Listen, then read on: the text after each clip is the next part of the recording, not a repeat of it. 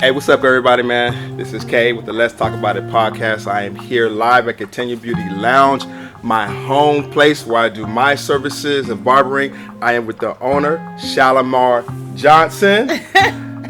We gotta get used to saying that, Shalamar Johnson. Shalamar Johnson now, you guys. She just got married recently. You know what I mean? So how you feel being married, girl? It just happened. I love it. You know. Yeah. I'm set up to be a housewife, so no complaints. A housewife. Yes. Okay.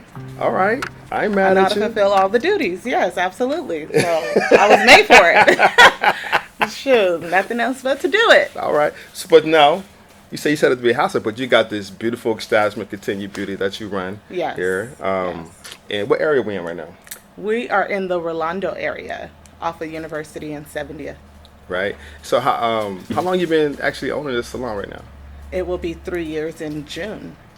3 years. That's dope. That's dope. So how do you like being a business owner right now? I love being a business owner. It does have some challenges. Right. I'm not going to say it's easy, but if you're up for the challenge and you can handle management and different personalities, it's definitely the field that anybody could possibly go in. It's a field to actually allow yourself to grow. I definitely have grown in the last 3 years being a business owner and just taking in a lot of feedback, knowledge, and words of encouragement, just strength. It plays a part being a salon owner. So yeah.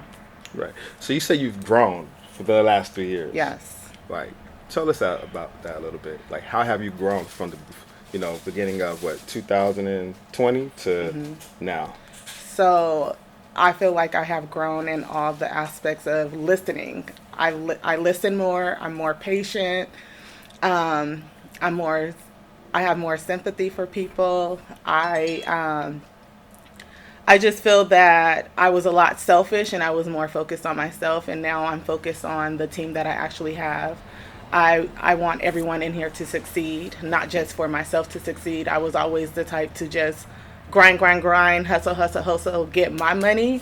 And I definitely have learned to share my money for everybody to succeed in this field. And I give my knowledge on what I can educate other people in, especially if it's something that they feel like it's a weakness for them. So I try to give or embed all the things that I have learned to others inside of the salon, just so that they can grow and be the best that they can be. And if they want to be a salon owner, they have that option to do so. And I would just be there to support no matter what. I know, I was a barbershop owner before I came here to work and stuff like that. And, one thing I've learned, I had to learn as a barbershop owner, because I was a contractor for 9 years, was that, you know what, you have to change your mindset from being that actual contractor to being an owner. Right. And it took me like 2 years to kind of figure it out. You know what I'm saying? Right. So you feel like you're in that transition right now? Yes, definitely. I was used to okay, pay your booth rent. That's it. And I just go about my day, half cleaning. And now it's dang, I'm a salon owner. Take pride in what we have. Keep the things that you have.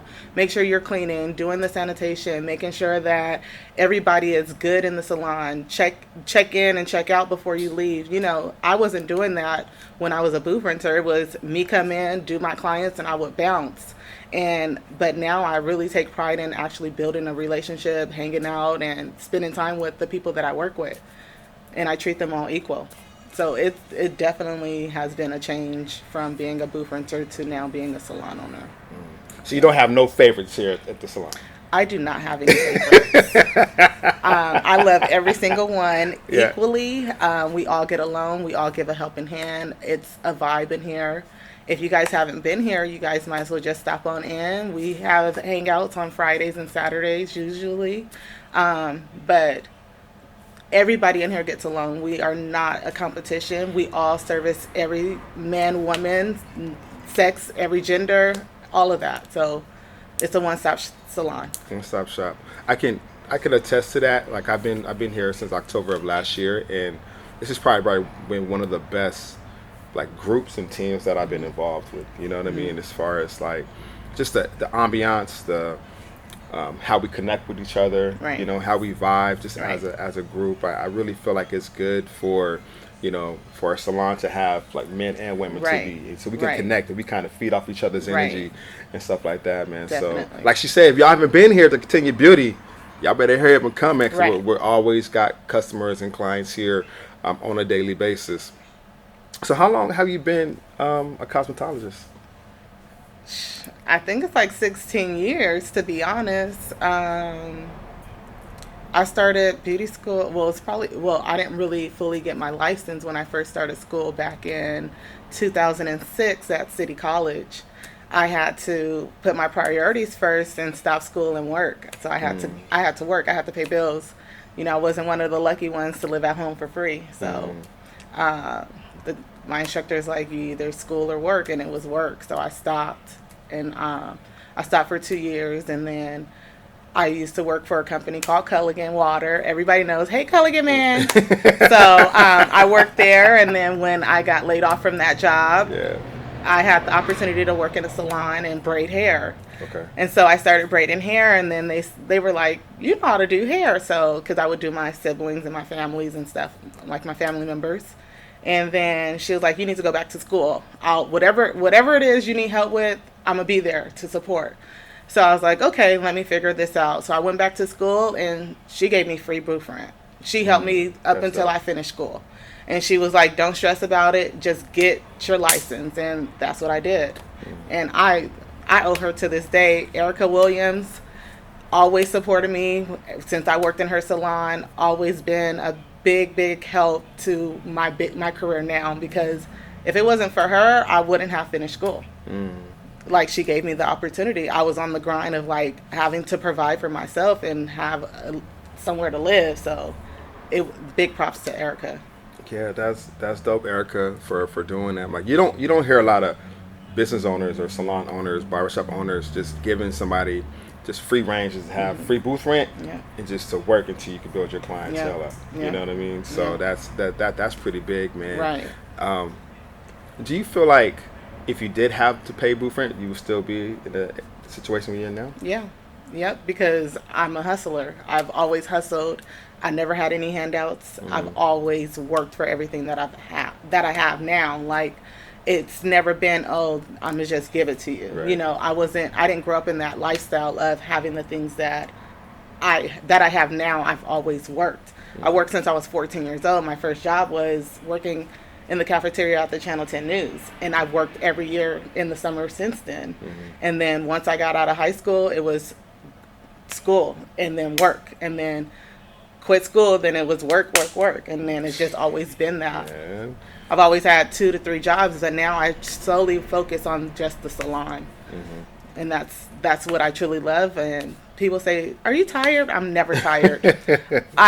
People can walk in last minute, 6 p.m. I'm gonna take the client. Like, it's what I love. I don't feel like it's a job. It's what I truly love to do. It's my passion. Right. And so it gives me energy, and that's what I like. They say, if you love what you do, you never work a day in your life. Exactly. You know what I mean? And so I can tell you love what you do because I witness it every day. Yeah. Your services that you do, from braids to lace fronts to, you know what I mean, doing whatever it is that cosmetologists do. I'm even doing perms, curly perms now. Perms, yes. And we all know when a perm comes in the industry, right? So, like, tell everybody, like, what type of services do you do on a daily basis? I pretty much offer almost every single thing, but mostly I mostly do color, silk presses, weaves. I do a lot of braiding, protective styles. And those are like mostly the main things that I do, but I can do practically almost every single thing. But since we do have a salon where everyone specializes in something, I do give those clients to the people that specialize in certain things, as far as in locks, braids, weaves, hair cutting. So, you know, it's just not all on me, which is good. That's one great thing about having a salon with a bunch of talented stylists in here. So we all do everything pretty much. She said stylist. I'm a barber. He's a barber, but he's a barber stylist. I call him a barber stylist because he does dread retwist. Hey. He does color. I do. He does women haircuts. I do. And he does all man services. So he is a barber stylist. Hey, y'all a master stylist. Check this out. Y'all heard it first. So let's talk about a podcast. Barber stylist. That's a new term for us out here. Yes. You know, I love this salon, man. Like I really do. Like the things that we put out here is great. So you said protective style, right? Mm-hmm. Maybe some people don't know what a protective style is. Can you explain that a little bit? A protective style is a style that protects your natural hair. So it can be braiding, it could be weaving, it can be twisting, anything that's going to protect your natural hair and allow your hair to grow without causing any tension on it. So some people do say that braiding causes tension. No, you have to find the right braider for your hair type. So braiding is a good protective style if you're trying to allow your hair to grow without you particularly playing in your hair every day, you gelling your hair down every day, you butting it in a ponytail every single day. Those are things that causes tension and causes your growth the hair growth not to grow because 1, the pores are clogged. 2, you're pulling your ponytail too tight. 3, you're just overstimulating the hair. So there's a lot of different protective styles that you can do to protect the natural hair to allow it to grow and to breathe. So that's what protective styles are. That's it. I didn't know that. Yes. I didn't know that. So like what time of year should a woman or a male, right, use a protective style? I typically like protective styles in the summertime. Okay. People tend to be hot, sweaty, swimming, doing a lot of activities during the summertime. So I feel like that is the best time to have a protective style. Okay. Yes. Y'all hear that? Get your protective styles in the summertime, okay? Yes. Where are you from originally? I am from San Diego. I am a native, born and raised. I am not from Atlanta. I don't know why people ask me that dumb question. Oh, you a Georgia peach? Absolutely not. People from San Diego are black. Some people from San Diego are born and raised here, and I am born and raised here all my life, 36 years. That's right. We are 6% here. We live out here too. You know what I'm saying? Don't trip. I'm not military. I'm not in the military family. None of that. I am born and raised from San Diego, and I was born and I lived off of 33rd and Ocean View. Oh, so you from the hood? Yeah. Okay. So, growing up in the hood, how did that mold you to the person you are today? That's why I tell myself I'm 10% Mexican. I grew up with the Mexicans. I grew up with the Asians. I grew up with the whites. We were very diverse. San Diego has always been a diverse city. Mm-hmm. And so the school that I went to, we had every single color, and we all were friends. We all hung out. We all supported each other. There were no ill or any kind of negativity going on. Like, I truly eat Mexican food once a week. I even make it at home. So I feel like this city is so diverse that we all get along and we all could take from one another. And I think that we're all one big family. That's how I grew up. And when I was educated on like Black history and stuff. Every freaking Saturday, my aunt would have us do a Black history class on Saturday mornings, take us and wake us up. And she would really teach us about African culture and stuff like that. And get to know who we were, but we also had our neighbors that were Mexicans, and we all got along. We all hung out. We hung out until the sun right. went down. Mm-hmm. So, and they got along with our families. We did parties. They came. We got invited, and that's just what the dynamic was in our neighborhood. Right. Yeah. Yeah. I'm from LA originally. When I did come to San Diego, I was just like, where are the Black people at? But it wasn't until I got into a barbershop. Mm-hmm. I started working in a barbershop. You kind of know where everybody's hanging at, where all the clubs are at, and stuff like that, man. So if you're from San Diego, you don't know where to hang, come to the salon. I'm telling you, man, we'll let you know everything. Well, definitely. We are the pillar of the community. Right. But we are nothing like LA. After high school, I moved to LA. Yeah. And I was there 7 months. I lasted 7 months, you guys. And it just wasn't for me. There was a lot more Black culture there. It just, too much gang violence for me. And it was a lot going on, and I was still in the place of trying to find out who I was as a young adult. And so it was just too many things going around. So after 7 months, I decided to move back, and that's when I went straight into hair school. Okay. Yeah. Right. So a pandemic just ended, they quote unquote say, right? Right. And so you decided to open up a salon during the pandemic. Right. What made you do that? So I originally, before the pandemic happened, I was working on trying to open a salon for 3 years. And every year I had people say, no, just give it time. No, take your time. You're not ready yet. And so I was listening to those voices. And so right before the pandemic happened, I was looking for a space, and I actually kept driving past this space, and I was like, okay, I'm going to put in an application. I put in an application, started to submit my information. But then in between that time, I was going out of town for my daughter's competition and everything. And then the next thing you know, I get back and they're like, shut down. I was like, shut down? Shut down for what? This is not real. Like, you know. So then the guy called me. I said, put my application on hold. I don't know what this pandemic thing is about or whatever COVID is. And then, you know, I thought it was going to be over in April. It wasn't over in April. Right. Then May came. And then they started to say, oh, we're going to start having some openings. And then I decided to resubmit the application. I asked him if it was still available. He said, yeah, I was only applicant at that time. And then my mom and I was like, just do it. Right. And I was like, but I want a house. I want to buy a house. I saved up to buy a home. Is it the right time? Like, and they was like, just do it. And I was like, okay.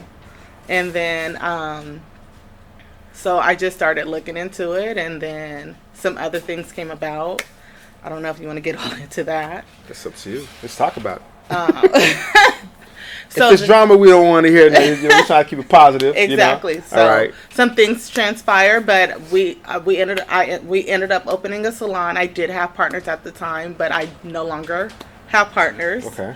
And so we're not going to get into that because it did go into a negative situation. And so here we are 3 years later.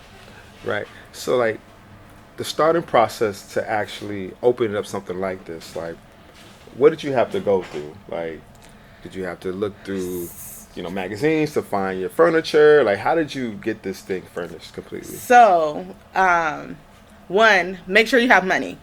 If you don't have money, it's not the best time for you to go into a business because you have to have money to put into the business. And so, like I said, I had my savings that I had for 3 years. And so, all my money went to the business. It was completely a blank canvas here. There was no plumbing. There was absolutely nothing. Not the flooring, the paint, absolutely nothing. And so I tell people to have money when you go into business. And if you are going to have partners, make sure that your partners have money as well. Make sure you have a contract knowing how much money that you want to invest in the business. When you have one person putting all the money into the business and you're expecting your money back and you're not getting your money back, then you end up kind of losing hope, and you kind of end up losing faith in what you wanted your salon or your business to be, because you're now worried about, dang, am I going to get paid? Okay, I'm stressed out because I put in all the work. Always make sure if you're going into business with someone that you are equal. Like, make sure it's equal all the way across the board. If you see the red flags, listen to the red flags. Like, you make sure your credit is good, because if you're the only one on the lease, it falls back on you. So you have to make sure that you are set up, and make sure you have savings. Make sure you have at least 3 months of rent in case of another pandemic, because if you shut down, then what are you going to do? You can't work. Your business is not succeeding. Like, make sure you always have 3 to 6 months savings for your rent, because it's going to fall back on you. It's a lot for business, and people get right out of hair school or barber school and they be like, I want my own salon. And then it's like, but you haven't got the education or any of the experience from working with other people. And people think, oh, I can just get up and do it. Yeah, some can, but not all, because you do need the experience from the other stylists and the environment and the customer service, knowing what customers you're going to deal with, because you're going to get different customers across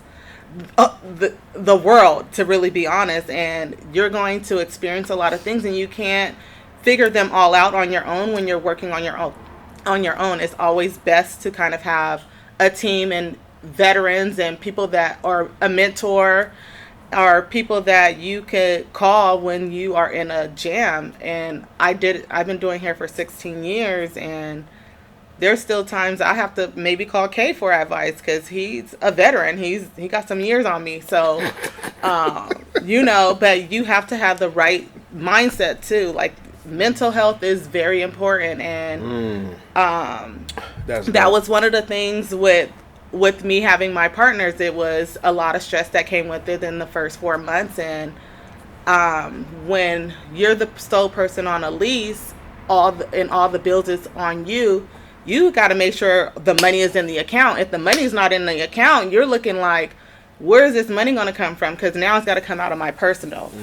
So I'm not going to bed. I'm stressed out, making sure bills are going to get paid on the first of the month. And my mental health started to become affected. And so I had to say, what is more important, my partners or my mental health? And at the end of the day, I had to choose myself. And it was and that's what it all fell on, was myself and my mental health. Right. So do you recommend people graduating straight out of like barber school, cosmetology school, to open up a business like this? I don't recommend it. I recommend they at least get 5 years experience, just in the field alone. I do not recommend you just going straight into doing your own business, because who are you? People don't know who you are. Unless you're from here, you've been doing hair out of your house illegally, or you've been hustling the whole time while you're in beauty school to build a clientele.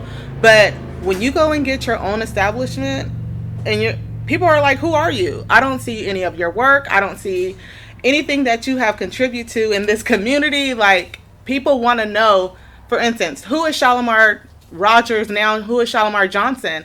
People new that comes into the city is like, who is this person? Let me see her work. Let me Google this person. And if you don't have if you don't have the backing, then you shouldn't open up your business right away. You should really humble yourself and really take the time to really get to know the field, the beauty field, because it's a lot to learn. And people be thinking, oh, and I can do whatever I want when I want, and it's my way, no way, and I'm going to start my own business. And then they end up failing. But then they don't want to take advice. And then it's like, oh, I know how to do everything. No, you don't know how to do everything. You still learn every single day. I can't sit there and say, I know how to do everything. If you show me something, most likely I can do it. But have I gave myself the time to be the best that I can be in that particular hairstyle or barber cut or whatever? You have to really humble yourself and really say, I can learn from other people. I can make myself become better. Like, there's a lot that comes to this beauty industry. No, you're absolutely correct. I just remember like maybe 3 years of me just barbering, and I had clients that wanted to actually open up a shop for me.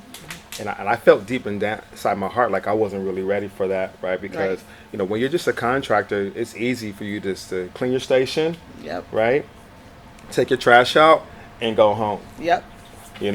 I found out the hard way that once you become a business owner, now the whole establishment is under your authority, and now you have to pay bills. You have to pay the light bill, the electricity, And so there's a lot that comes with being an owner than for being a contractor. So like what Shalamar's trying to say, like take your time and don't just rush into things, right? Learn the nature of the beast. Because when you're starting off, trust me, you going from school to just even barbershop is a huge transition. Right. Let alone going from school and becoming an owner within itself. You know what I mean? So, if you want to have the desire to open up your own shop, like get some tutelage, get a mentor, have somebody mentor you to actually learn how to run a barbershop and learn how to operate one, because it's more than just cutting hair or just doing braids or flat irons, right? There's a lot behind the scenes that goes on with this beauty industry. Right. You know what I mean? So I got a question for you. Yes. What type of obstacles did you have to overcome to be successful? Patience. I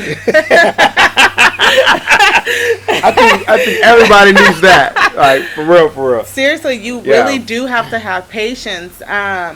You know, when I started out, I only wanted the people that was my age, and now I have, my clientele ranges from ages 5 to 70, and it's all about patience and listening, because a lot of people come into a hair salon to vent, and you have to be able to get so I feel like I'm truly am a therapist, because I always give great feedback, and most of my feedback is pray, have God in your life, have faith, whatever it is that you are going through, God is going to be there to get you out of it. And so I really try to talk a lot about God. And some people don't realize that until they're sitting in my chair that, well, Shalamar, how did you get through it? God, like, I've been through some stuff and God has got me through it. Like, y'all just really need to have some faith and believe in this person, because I wouldn't be standing here today because I've been through some stuff, like, and that comes with a lot of patience and knowledge, but patience is like the number one thing that I really truly believe that I have grown into, like, having patience. That's good. That's good. Because I used to snap, like, irritated. I used to be irritated. I used to say, man, I got to pray before this client comes in here. Like, it's because some people do take more of your energy than others, and you have to know how to balance it. But you also make sure you have like your me time, like time to unwind before you get home to your family, because that sometimes rubs off. Like, and you have to really say, you know what, give yourself 15 minutes and breathe. Like, this watch tells me when to breathe. And so you really have to continue to keep your mental health in check, because if not, you're going to lose it. Yeah. Man, you keep saying mental health. Yes. Right. I know for myself, for my mental health, I kind of do me. It don't let people control my environment and control, like, what I'm doing as a business owner. You know what I mean? That's how I kind of control my mental health. I take days off. I don't work as hard as I used to. You know, I was cutting 18 heads a day. You know, now I'm down to 9. You know, stuff like that can help you out. Well, so how do you manage your mental health? I love to read. I love reading books. It keeps me from thinking so much, because if I'm not doing absolutely nothing, I'm thinking about a million, 10 things, or how I could have made my day better, or how I could have satisfied this client better. So I try to read. I do take days off. I was working 7 days a week or 6 days a week. Now I'm working 4 days? I work 4 days a week. I'm off 3 days. Oh no, man! She be taking some days off, y'all. But I take vacations, which is good. I take vacations. Yeah. I like to do dinner dates with my husband. I do things with my daughter. But my 4 days, I'm here 10, 12-hour days a lot of the time. So I just figured out how to balance by having 3 days off and working 4 days, almost like a nurse. So but my mental health, I really truly love to read, or sometimes I just like to just sit there and do nothing, like, in silence. And I live on a farm. I have a farm now. We have a ranch, and we have animals, and so breathing the fresh air, just seeing the animals play. We just had a baby goat born. The horse, it just brings a lot of tranquility, like peace, and it's something that I never thought that I needed, and I need it. And so my mental health is way more important, because I have to be there for not Anila and now my husband, and for the salon team. And if I'm not 100%, how can I help other people? That's good. That's good. I love that. I love that. Before we go, I like to. This podcast is about like inspiring, motivating people that are Right. in the beauty industry. Yes. Barbers, nail techs, estheticians, cosmetologists. Um, Speak to the camera and tell the beauty industry some words of encouragement. Never give up. And always, always promote yourself every single day. If you feel that you are not getting the clientele that you want, you still just need to post. You still need to give it 100% each and every day. Don't give up. It takes about 5 years to really start building the clientele and to see a return in your clientele. Remember that no client is obligated to sit in your chair. So what are you going to do differently to keep them in your chair? And how are you going to succeed? Work at your craft every day. There's continuing education every day. Every week, somebody is teaching a class. Invest in yourself. If you don't invest in yourself, you're not going to see the return. So make sure that you are committed to this field because the beauty industry is growing every single day. So what are you going to do to continue to grow with the beauty? So that's my words of advice.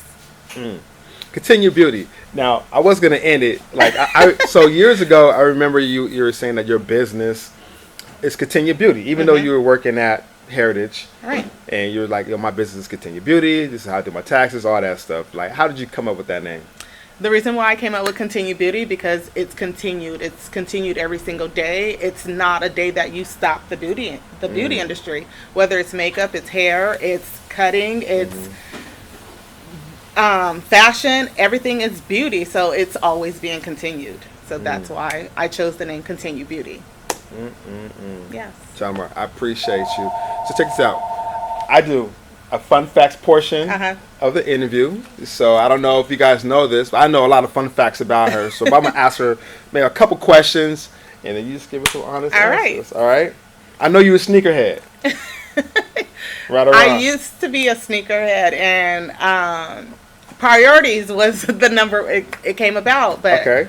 I was definitely a sneakerhead where I would wake up, sleep at the mall, Yeah, and yeah. all of that. Yes, before they did the lottery thing. Right. But I've been slowly getting back into the sneaker thing. All Yes. right, so, question for you. What's your favorite Jordan? 11s, of course. The 11s. Yes. Okay, all right. And then my second is the 7s because they're comfortable. I'm a 1s and 11 person. I love the 11s. You know what I mean? She actually put me up on them. And then, second question is, if you could fly, where would you go? If I could fly, my next real big destination would be Africa.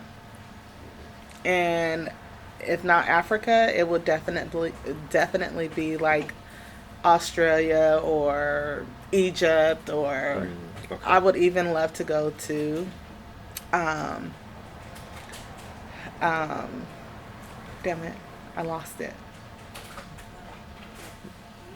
I can't think of it right now, but when I think of it in a second, I'll come back to it. Like I said again, thank you for this interview. It's been a long time coming. Yes. She wasn't even going to do the interview, but she hooked it up for a brother. I really appreciate you, and I know that Continue Beauty is going to be here for a long time. Nothing but blessings for you and your success in this industry. Where can people actually come here and get their services done? You said when? Service, yeah. Where? So we are located at 6760 University Avenue, Suite 130. If you want to come in and get hair services, we offer cutting, barbering, we offer weaves, we offer braids, we offer locks, color services, we offer waxing, full body waxing. We typically have a nail tech, but not at this time. If you are in the industry and you're just starting out and you have questions, you're more than welcome to come in here and we can talk to you. So come in and get a vibe, or if you have questions and you don't feel comfortable coming in, you can always contact me by my cell, which is 619-450-3184. I'm always open to answer any questions that you guys have pertaining to the beauty industry. I love to share what I have, all my knowledge, to give to the next person. I'm not going to be here forever. That's what it is. So Shalamar, what are your handles? I'm mostly on Instagram. The reason being is because it's photos and everybody wants to see photos of your work. So my Instagram for the salon is Continue Beauty or Continue Beauty Lounge. And I'm on Facebook as well under Continued Beauty, and that's where you can get all of the content for the salon and for all the stylists and myself. And also, if you want to follow the podcast, you can follow us at Let's Talk About It Podcast 2022. This is Shalamar Johnson. And this is Kay. We appreciate you guys listening. Also, if you like this interview, make sure that you subscribe and click that like button. All right, you guys? Right. Talk to you guys later. Peace.